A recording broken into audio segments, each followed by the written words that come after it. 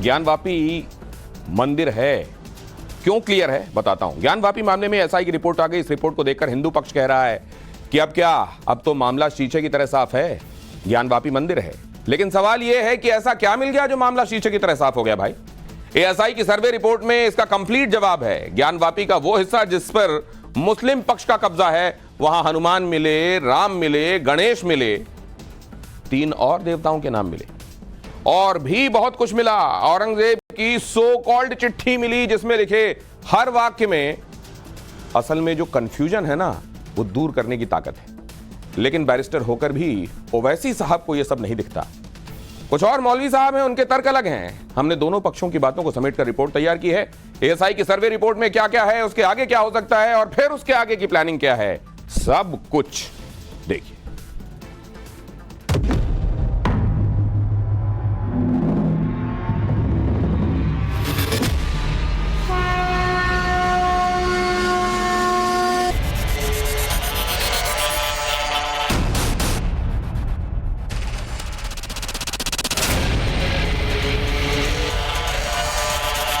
ऐसा ये कह रहा है कि ये कहा जा सकता है कि यहाँ पे एक बहुत बड़ा भव्य हिंदू मंदिर था।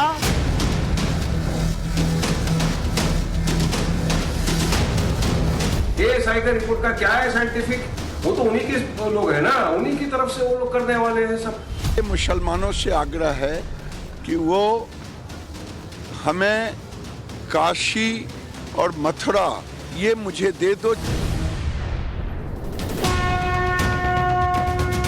अवध में श्री राम पधारे, मिलने लगे मंगल चिन्ह सारे। अयोध्या का काज सिद्ध हुआ, अब नई आशाओं ने शिखर काशी का छुआ। बात भावनाओं और आस्था की तो है ही, लेकिन उससे आगे साइंटिफिक सबूतों की है जो एएसआई के सर्वे में सामने आए हैं। ज्ञानवापी परिसर को लेकर किए गए सर्वे की रिपोर्ट सार्वजनिक हुई तो सनातनियों और शिव भक्तों का उत्साह चरम पर पहुंच गया। एक एक सबूत उस सत्य को सिद्ध करते दिखे जो सालों से मौन थे। तो क्या ये साक्ष्य ज्ञानवापी पर उठे विवाद को शांत कर देंगे? न दैन्यम न च पलायनम। इसी सूत्र पर जैसे महादेव के भक्तों ने अपनी कानूनी लड़ाई को साधा और फिर एक एक पग भरते न्याय के लिए आगे बढ़ते दिखे, और साक्ष्यों के तौर पर जो सामने आया वो और भी हैरान करने वाला था। क्योंकि एएसआई के ज्ञानवापी मस्जिद के सर्वे में ज्ञानवापी में मंदिर होने के 1-2 नहीं, पूरे 124 साक्षात प्रमाण मिले, जैसे सारे देवताओं ने स्वयं आकर गवाही दी।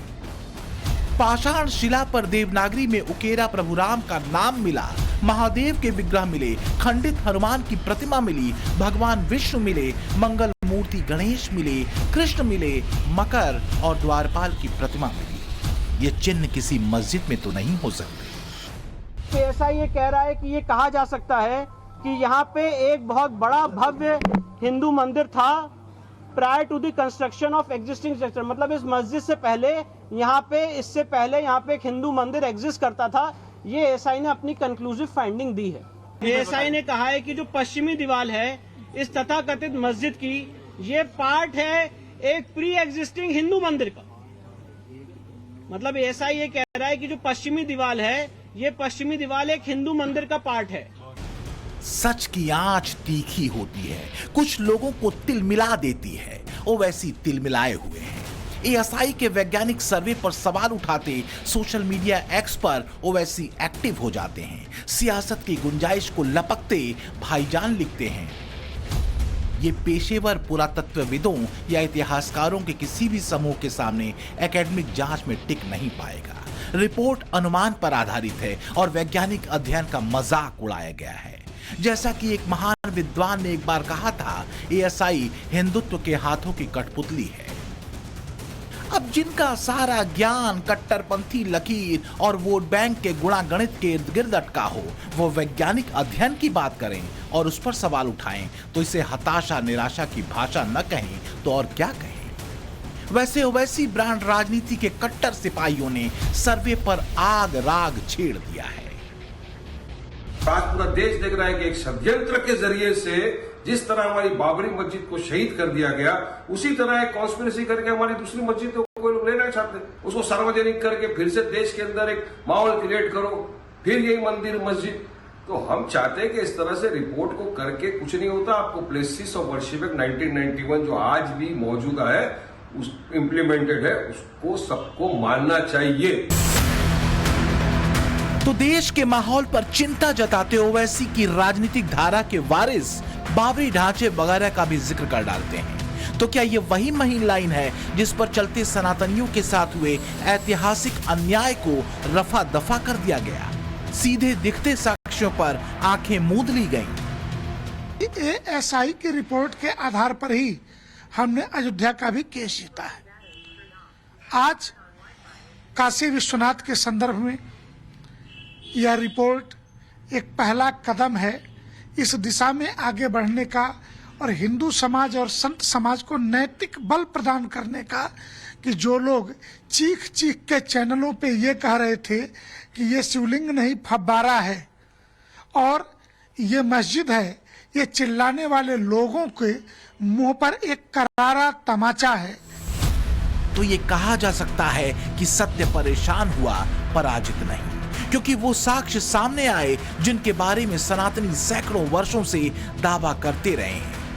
तो आज का तथ्य है वो ये कि 92 दिनों तक एएसआई ने ज्ञानवापी का सर्वे किया। इसके बाद एएसआई ने 839 पन्नों की रिपोर्ट सौंपी। ज्ञानवापी के अंदर मंदिर के 32 सबूत मिले। रिपोर्ट में 3 हिंदू अवतारों का जिक्र किया गया। ज्ञानवापी मस्जिद में 300 देवी देवताओं के चिन्ह मिले। मस्जिद के अंदर 34 शिलालेख मिले हैं। ये बात भी कही गई है कि साल 1669 में मंदिर तोड़ा गया था। मस्जिद की पश्चिमी दीवार 5000 साल पुरानी है। मस्जिद से पहले वहां एक भव्य मंदिर था। तो ज्ञानवापी मस्जिद की जगह एक विशाल मंदिर था। इसकी तस्दीक करते सबूतों में क्या क्या है, जरा ये भी देखिए। एएसआई की सर्वे रिपोर्ट की पीडीएफ फाइल में पेज नंबर 3 पर सबसे बड़ा सबूत नंबर 5 नजर आ रहा है। एएसआई की टीम को सर्वे के दौरान संगमरमर का एक टूटा हुआ टुकड़ा मिला जिस पर देवनागरी लिपि में श्यामल रंग से लिखा राम है। लेकिन ये तो शुरुआत भर है। एएसआई के सर्वे में ढेर के ढेर साक्ष्यों के मिलते चले गए। सर्वे रिपोर्ट के पेज नंबर 4 पर साक्ष्य नंबर 6, यहां भगवान हनुमान की एक खंडित मूर्ति नजर आ रही है। मूर्ति के दाहिने हाथ में गदा है जबकि बायां हाथ गायब है। मूर्ति के कंठ में माला नजर आ रही है। वहीं इस तस्वीर में देखा जा सकता है कि मूर्ति के एक पैर की बनावट भी टूटी हुई दिख रही है। रिपोर्ट में भगवान कृष्ण की खंडित मूर्ति की तस्वीर भी है जिसके 12वीं और 14वीं सदी के बीच बनाए जाने का अनुमान है। मूर्ति के सिर और हाथ पैर टूटे हुए हैं लेकिन जनेऊ, धोती, माला पहने साफ नजर आ रही है ये मूर्ति तहखाने के पूर्वी हिस्से में मिली। ऐसा ही एक सबूत है शिवलिंग का ये योनि पट, यानी शिवलिंग के बीच का स्थान या बेस। ये शिवलिंग ज्ञानवापी मस्जिद के तहखाने में पूर्वी दिशा में मिला। इसमें एक सांप की तस्वीर भी दिख रही है। एएसआई के मुताबिक शिवलिंग का योनि पट मध्यकाल का है।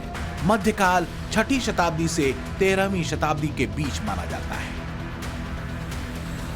टाइम्स नाउ नवभारत पहले भी ऐतिहासिक दस्तावेज और उसमें दर्ज साक्ष्यों को दिखा चुका है, लेकिन इस बार सर्वे की रिपोर्ट ने इन साक्ष्यों पर बाकायदे मुहर लगा दी है। सत्य सामने है, लेकिन एक सत्य ये भी है कि वोट बैंक की धुरी पर सियासत अपने तरीके से की जाएगी। प्रश्न ये भी है कि नीति और नियति किसके साथ खड़ी है।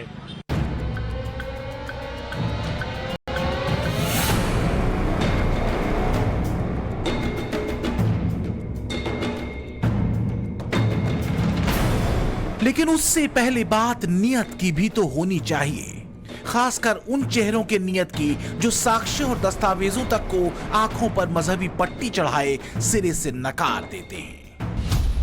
पहले सबूत मांगते हैं, सबूत मिले तो उसे नकार देते हैं, कोर्ट से न्याय की बात करते हैं, न्याय सबूतों के आधार पर हुआ तो न्याय को अन्याय करार देते हैं। कोर्ट साक्ष्य देखता है और न्याय करता है।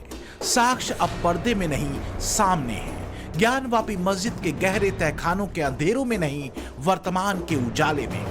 वरना राम, कृष्ण, हनुमान, विष्णु की प्रतिमाओं का मस्जिद में क्या काम? अब शीशे से बने इस शिवलिंग को देखिए जो ज्ञानवापी मस्जिद के तहखाने S2 के पश्चिमी हिस्से में मिला। शिवलिंग की ऊंचाई और चौड़ाई 3 सेंटीमीटर है। ये शिवलिंग भी खंडित है। ASI के मुताबिक ये मध्यकाल में बना था, यानी 13वीं शताब्दी से पहले। हैरानी इस बात की है कि हिंदू भगवानों के प्रतीक एक मस्जिद के अंदर से निकल रहे हैं। अगर मंदिर तोड़कर मस्जिद नहीं बनी थी तो ये सारे प्रतीक वहां कैसे आ गए? सर्वे रिपोर्ट के पेज नंबर 19 पर सबूत नंबर 42 देखिए, जिसमें भगवान विष्णु के अवतार की मूर्ति मिली। इसमें भगवान विष्णु का वराह अवतार दिख रहा है। इसमें आधे इंसान और आधे सांप की आकृति गढ़ी गई है। यानी ASI की रिपोर्ट के पेज नंबर 19 तक ज्ञानवापी में राम, हनुमान, शिव और कृष्ण से जुड़े साक्ष्य मिल चुके थे। वैसे भी बाहर से देखने पर ज्ञानवापी मस्जिद की पश्चिमी दीवार किसी मंदिर के भग्नावशेष से दिखती है। अब ASI के सर्वे में यह सिद्ध हो चुका है कि मस्जिद के गुंबद मंदिर की दीवार पर ही बनाए गए। तो सवाल यह है कि अन्याय हुआ किसके साथ और कब? कि हमारी कमेटी लीगल जो बैठेगी उसको सारी पढ़ेगी, पढ़ करके जो उसमें ऑब्जेक्शन करने लायक जगह होगी उसमें ऑब्जेक्शन किया जाएगा, और ज़रूरत पड़ेगी तो हम ASI के डिप्टी डायरेक्टर को यहाँ विटनेस बॉक्स में बुलाएंगे, उस पर क्रॉस करेंगे उनसे। भूत सबसे बड़ी गवाही है, जैसा कि अयोध्या मुद्दे पर दिख भी चुका है। ASI सर्वे ने ही राम जन्मभूमि पर मंदिर होने की पुष्टि की थी। इसी आधार पर अयोध्या मामले में सुप्रीम फैसला भी आया था।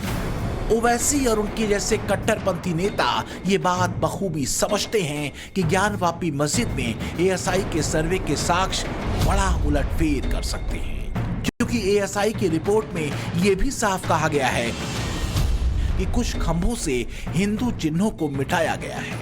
मस्जिद की पश्चिमी दीवार हिंदू मंदिर का हिस्सा है। 32 शिलापट्टों पर पहले हिंदू मंदिर होने के साक्ष्य हैं। शिलापट्टों पर देवनागरी, तेलुगु और कन्नड़ में आलेख लिखे हैं। एक शिलापट में जनार्दन, रुद्र और उमेश्वर लिखा है, जबकि एक और शिलापट में महामुक्ति मंडप लिखा है। ये बात भी सामने आई कि मस्जिद के निर्माण संबंधी समय को एक शिलापट से मिटाने का प्रयास किया गया। देखिए, सर्वे है, सर्वे आया है, अब ये कोर्ट में केस आएगा, ये तो अदालत ने जो फैसला करे उसमें हम क्या कह सकते हैं। हिंदू पक्ष इसको सर एक बड़ी जीत बता रहा है अपनी। ना कोई जीत है इसमें, ना किसी की हार है। आजकल तो सब कुछ मुमकिन है। क्या सियासत की एक धुरी का भाषा व्यवहार ये बता रहा है कि ASI के सर्वे पर भ्रम फैलाना ही उसकी राजनीति का आखिरी दांव है, ताकि वोट बैंक सधा रहे और अन्याय वाली भावना पर मजहबी कार्ड फेंटे जाते रहे।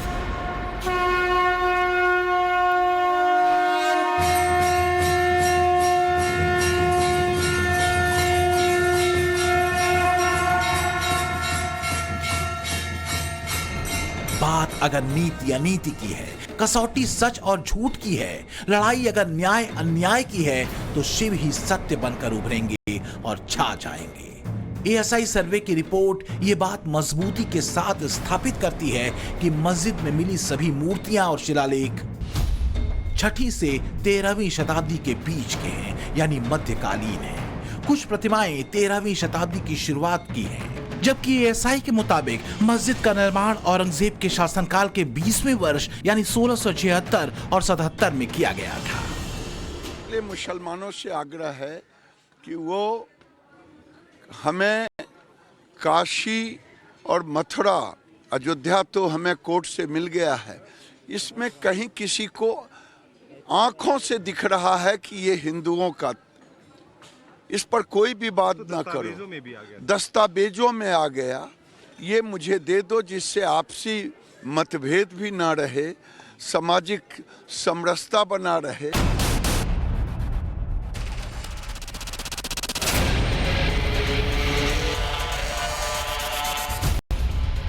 सवाल सद्भावना के जेस्चर का है। सवाल यह है कि क्या इतने वैज्ञानिक साक्ष्यों के बाद भी कुछ शेष रह जाता है? ज्ञानवापी मस्जिद विवाद के सैकड़ों वर्षों बाद गंगा में बहुत पानी बह चुका है। 2014 के बाद बदली हुई काशी ने नई करवट ली है और काशी के इस रूप ने महादेव भक्तों को आह्लादित किया है। च व्योमभूमिर्न तेजो न वायुः चिदानन्दरूपः शिवोऽहं शिवोऽहम्। वैसे अगर देखें तो काशी विश्वनाथ कॉरिडोर बनने के बाद से जैसे काशी को संजीवनी मिल गई हो। महादेव के दरबार में भक्तों का हुजूम ऐसे उमड़ा कि साल दर साल रिकॉर्ड टूटता रहा और इसका सीधा और सकारात्मक असर काशी की अर्थव्यवस्था पर भी पड़ा। लेकिन भक्त कहते हैं, याचिकाकर्ता करते हैं कि असल अब बारी न्याय की है। साक्ष्य सामने हैं, अब तो सवाल ये भी उठ रहे हैं कि क्या इन्हीं साक्ष्यों की वजह से मस्जिद पक्ष एएसआई रिपोर्ट को सार्वजनिक न करने की मांग कर रहा था? क्या कहीं कोई तिनका फंसा था? जो भी हो, पर लक्षण शुभ है, संकेत शुभ है और अवध से आवाज आ रही है, हुई है वही जो राम रचि राखा। Bureau report, times now, Navbharat. बातें बड़ी तेजी से अब सरगर्म हो रही हैं। नीतीश की एनडीए में सो कॉल्ड घर वापसी के बाद कुछ और मिलाप होने वाले हैं। उद्धव और अकाली भी वापस मोदी कैंप में आ जाएंगे। ऐसा इसलिए कहा जा रहा है क्योंकि ये दोनों पहले एनडीए के पार्ट रहे हैं। खासकर उद्धव को लेकर अंदर ही अंदर सियासी अटकलों का बाजार गर्म है। राम मंदिर में रामलला के विराजने के बाद सियासी हालात बहुत तेजी से बदल रहे हैं। खबर है कि नेता राम लहर को भांपने में लगे हुए हैं। आश्चर्य नहीं है कि आने वाले दिन में नीतीश के पीछे पीछे कुछ और दल मोदी कैंप में जाते दिखाई।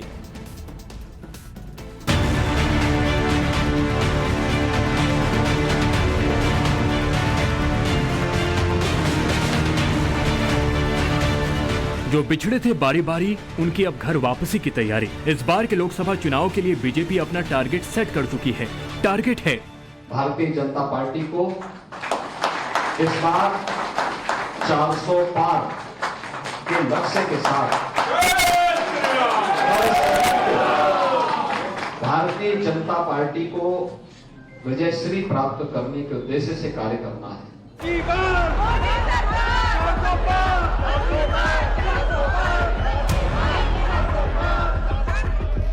जी हाँ जी, ना आत्मविश्वास की कमी, ना आधार की कमी थी तो सिर्फ कैलकुलेशन की।